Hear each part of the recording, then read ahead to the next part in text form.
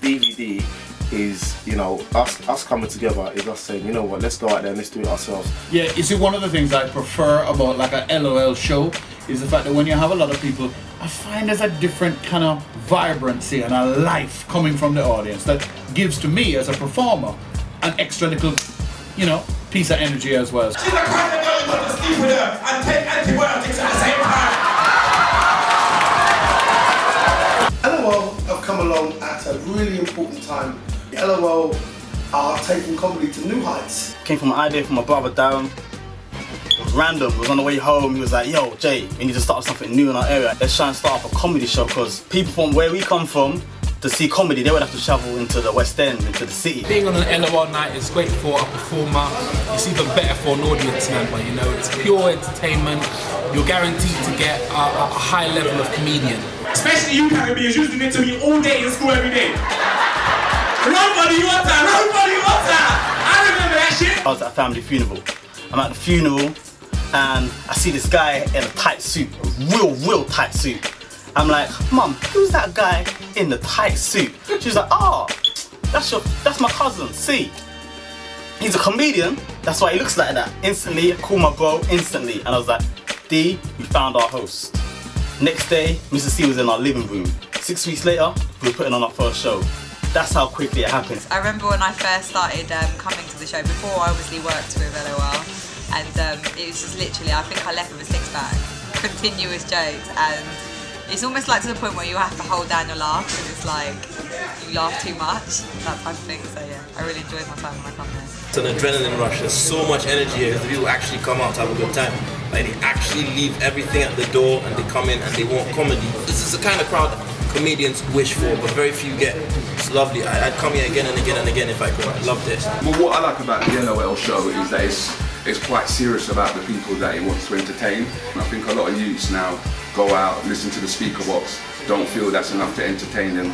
So when they get comedians who are coming from different parts of the UK, different parts of the world, it creates a kind of buzz, a kind of energy. I said, "Mum, you remember when you beat me and David when we came in late? I never used to hit you." Look at these Punta Kente marks. LOL stands for originally lots of laughter, but there's a lot of love in there as well. Nice place to perform, man. Never been booed, but not anything throw shit at me yet. So I do like the vibes, you know. I do like, out of a lot of the younger shows that perform at, the LOL one for me it's top dog. From a comedian's perspective, when you come into somewhere like the LOL show, it's electrifying. You know, you feel the energy, you feel the love from the audience. That's the most important thing. Here you go, ladies and gentlemen, we've got Heather from EastEnders here.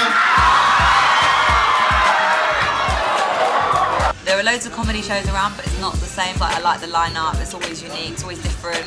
I think that over the years, LOL seems to have tapped into a new market, a much younger market. LOL show in London, that's what I was used to, has a certain type of energy, and it's amazing how that energy was brought to other cities.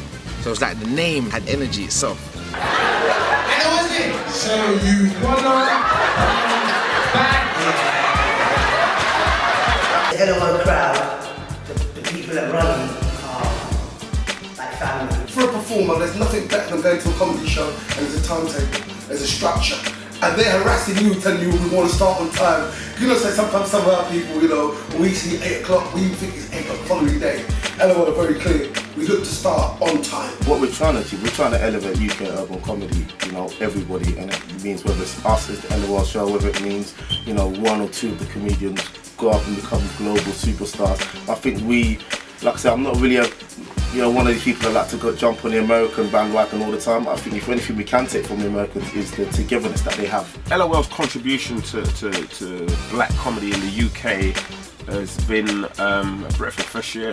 Promotion-wise, when it comes to pushing urban comedy, more than any other promotion, I think LOL, they're pushing the boundaries and making sure that we push it as far as we can and get that big exposure that all of the comics deserve, because there's so much talent out there. Right now, LOL is the only reason I believe there is an urban comedy circuit, and And when you talk about a circuit, you need something that's consistent and something that's professional and something that's held at a high standard. For someone who's done comedy in New York, Nigeria, Sweden, I think it's great to kind of try and spread my comedy wings as far afield as I can. I think LOL gives me the opportunity.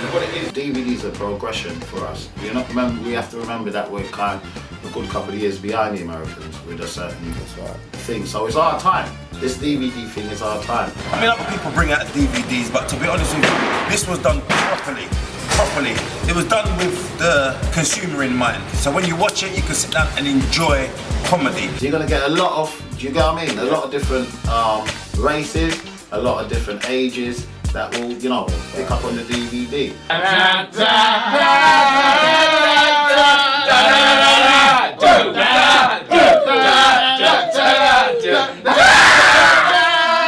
That's the closest we've ever been to Jamaican pork.